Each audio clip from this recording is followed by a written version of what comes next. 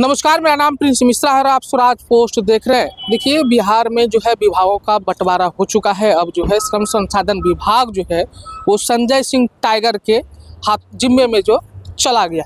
ऐसे में कल जो है वो पदभार ग्रहण करेंगे।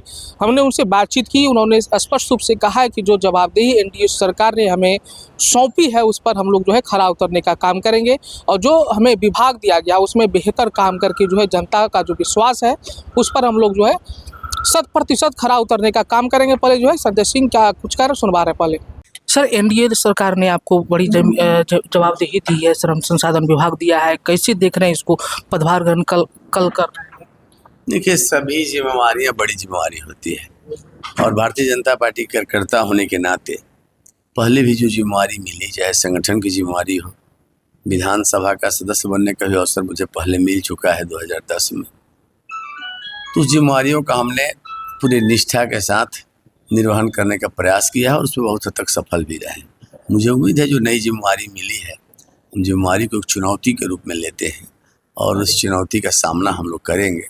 और जो मुख्यमंत्री जी का विजन है, जो सरकार की मंशा है बिहार की बेहतरी के लिए, उसके लिए पूरा प्रयास करेंगे।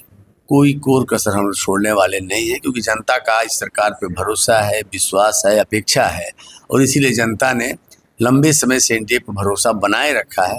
और इस बार फिर एक बार प्रचंड बहुमत देकर जनता ने एक तरफ यह बता दिया कि एनडीए सरकार ही विकास कर सकती है, उम्मीद है जनता को। दूसरी तरफ सरकार को भी एहसास है कि जनता के भरोसा पर खड़ा उतरना हमारी जवाबदेही भी है, हमारे लिए चुनौती भी है। हम सब मिलकर के मुख्यमंत्री जी के नेतृत्व में, प्रधानमंत्री जी के मार्गदर्शन में, उनके सहयोग से, केंद्र सरकार के सहयोग से बिहार सरकार उन चुनौतियों को पार करेगी और जो एक विकासशील राज्य से विकसित राज्य की परिकल्पना है उसको साकार करने में हम सब देर समय कामयाब होंगे, ऐसा मेरा विश्वास है। छोटा दो सवाल और लेंगे।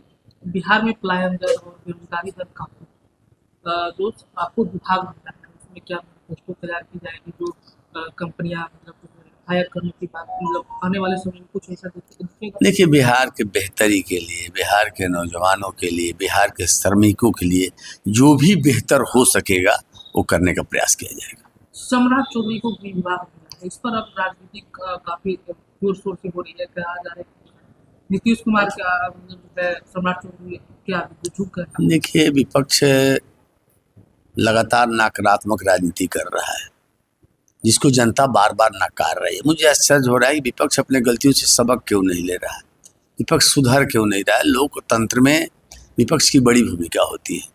प्रजातंत्र में विपक्ष को उसका प्राण कहा जाता है, सत्ता पक्ष का आंख कहा जाता है, लेकिन विपक्ष क्यों आंख बंद करके बैठा है मेरे समझ से परे है और यही गलती उनको बार बार हाशिए पे ले जा रही है। अगर ये संभलने का प्रयास नहीं करेंगे तो विपक्ष का नाम नहीं रहेगा। बड़ी मुश्किल से नेता प्रतिपक्ष की कुर्सी बची है। अगर एक अंक पीछे जाते तो फिर मामला 2010 वाला हो जाता, जब 25 के लक्ष्य को पूरा नहीं कर पाए थे। तो गलतियों को दोहराए नहीं। हम चाहते हैं कि विपक्ष एक मजबूत विपक्ष हो, लेकिन विपक्ष को मजबूत करना हमारी जिम्मेवारी नहीं है, ये उनकी जिम्मेवारी है। वो बार बार गलती का नतीजा भुगत रहे हैं।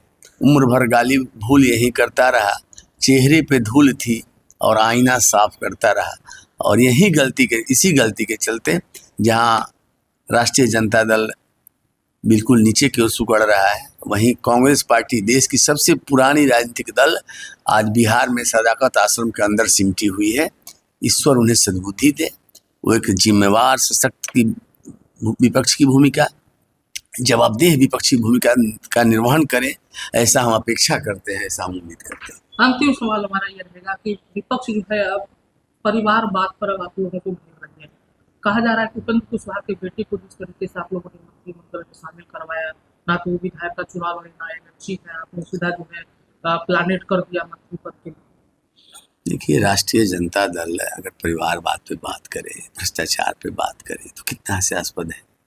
जब से पार्टी का स्थापना हुआ है, एक ही व्यक्ति पार्टी का राष्ट्रीय अध्यक्ष रहा है और शायद आज जीवन भर रहेगा। उसके बाद कौन होगा आपको तो पता है। नेता प्रतिपक्ष राष्ट्रीय अध्यक्ष का पुत्र है, विधानसभा में प्रतिपक्ष की नेत्री राष्ट्रीय अध्यक्ष की धर्मपत्नी है, परिवार के लोग सांसद विधायक हैं। तो ये पूरी पार्टी एक परिवार की पार्टी है, उसको परिवारवाद पर बोलने का कोई नैतिक हक नहीं है। सब लोग भ्रष्टाचार में है, कुछ जेल में है, कुछ बेल में है। जेल और बेल वालों की बातों को कौन सुनेगा? मुझे लगता है हास्यास्पद है, बेतुका है, बेवजह ये बात कर रहे हैं। मैंने पहले भी कहा है, उसी तरह का बात है कि कोई मदपान करने वाला व्यक्ति मद निषेध पर प्रवचन दे। तो आपने सुना जो उन्होंने कहा है, और स्पष्ट रूप से जो लगातार जो चर्चाएं चल रही है जो उपेंद्र कुशवाहा के बेटे को लेकर और वहीं परिवारवाद को लेकर, उन पर भी उन्होंने कहा है कि जो तेजस्वी यादव जो कह रहे हैं या विपक्ष जो कह रही है, उनके पास किसी भी प्रकार का एजेंडा नहीं है। इन्हीं सब चीज़ों को लेकर जो है जनता उनको नकार दी है, और हम लोग चाहते हैं कि विपक्ष में रहे, लेकिन मजबूत विपक्ष जिस तरीके से होना चाहिए वो नहीं है। ये हमारा दायित्व तो नहीं है कि हम विपक्ष को समर्थन दें, लेकिन जनता उन्हें नकार दी है, और जो हमें जवाबदेही मिली है उस पर हम लोग जो है खरा उतरने का काम करेंगे। ऐसे में आप लोगों को क्या लग रहा है कमेंट बॉक्स में जरूर बताइएगा। बने रहिएगा स्वराज पोस्ट पर, तब तक के लिए बहुत बहुत शुक्रिया।